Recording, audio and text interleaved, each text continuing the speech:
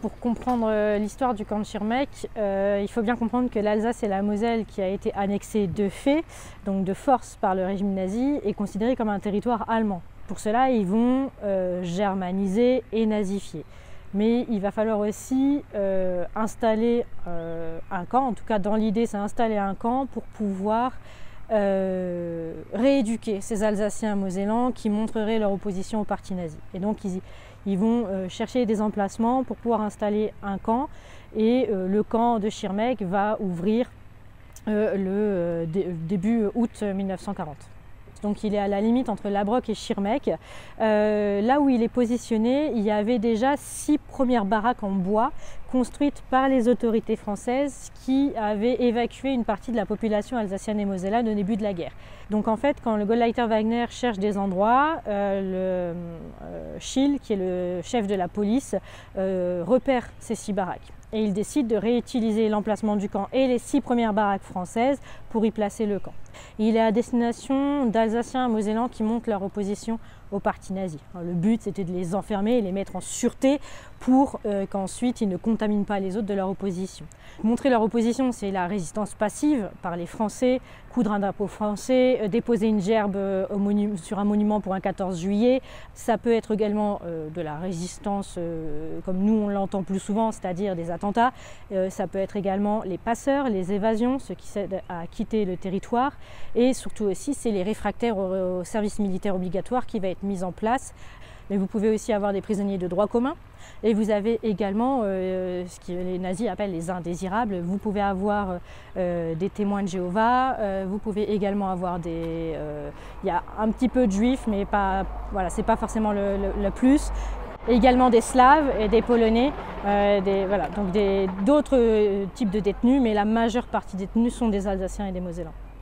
Le camp de Schirmeck est un camp de rééducation par le travail. Donc une fois dans le camp, le but c'est de leur faire des travaux harassants. En fonction de si le détenu est considéré comme dangereux ou non, il va avoir le droit de travailler à l'extérieur du camp ou alors va être contenté de travailler à l'intérieur du camp. Donc s'ils travaillent à l'extérieur du camp, ils sont répartis en commandos, donc en petits groupes d'internés qui vont travailler pour toute entreprise privée, publique ou simple particulier qui a besoin de main-d'œuvre pas chère pour des travaux très durs. Il y a eu des commandos à l'entrée de la ville de Schirmeck, dans les carrières d'Ersbach. Il y a un commando qui a aidé à construire le camp de concentration de Natzweiler. Des commandos dans toute la vallée et même jusqu'à la gare de Strasbourg. Dans le camp, pour ceux qui doivent travailler dans le camp, ils doivent soit travailler à l'entretien du camp, par exemple le sol du camp était fait de gravillon, ils devaient tirer un gros rouleau compresseur pour bien damer le sol du camp, donc ça c'est pour les hommes, mais dans le camp il y avait aussi des femmes. Les femmes, elles ne sortaient quasi jamais du camp, elles travaillaient à l'intérieur dans des tâches ménagères, corvée, linge, entretien des baraques des gardiens et surtout du commandant du camp. Donc il y a beaucoup de mauvais traitements, c'est de sévices très graves, mais aujourd'hui, estimer le nombre de décès ou de meurtres qu'il y a eu dans le camp est compliqué, puisque comme le but c'était pas de les tuer, tout a été camouflé, en tout cas une partie, et les corps ont été brûlés au four crématoire du Struthof, ou alors l'interné est libéré au moment où il est au plus mal et il va mourir chez lui. Mais du coup, il n'est pas comptabilisé comme un décès dans le camp. Par contre, il y a quand même des meurtres, notamment une évasion qui a eu lieu où ils ont été rattrapés, tués par les soldats, dévorés par les chiens. Et les corps ont été ramenés au camp pour que tout le monde puisse voir ce qui s'est passé. Le camp donc va commencer à être évacué à la fin août, début septembre 1944. Il va être évacué à Gagnow en Allemagne. Donc là, c'est les premiers internés qui y sont emmenés. Le commandant du camp et les derniers gardiens, la dernière partie de l'administration vont quitter le camp en novembre 1944. Et les Américains vont arriver à Schirmeck et découvrir le camp le 25 novembre 1944.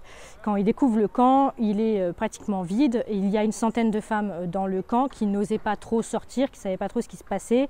Mais par contre, tout le personnel administratif, tous les documents où les gardiens sont déjà partis et sont en Allemagne.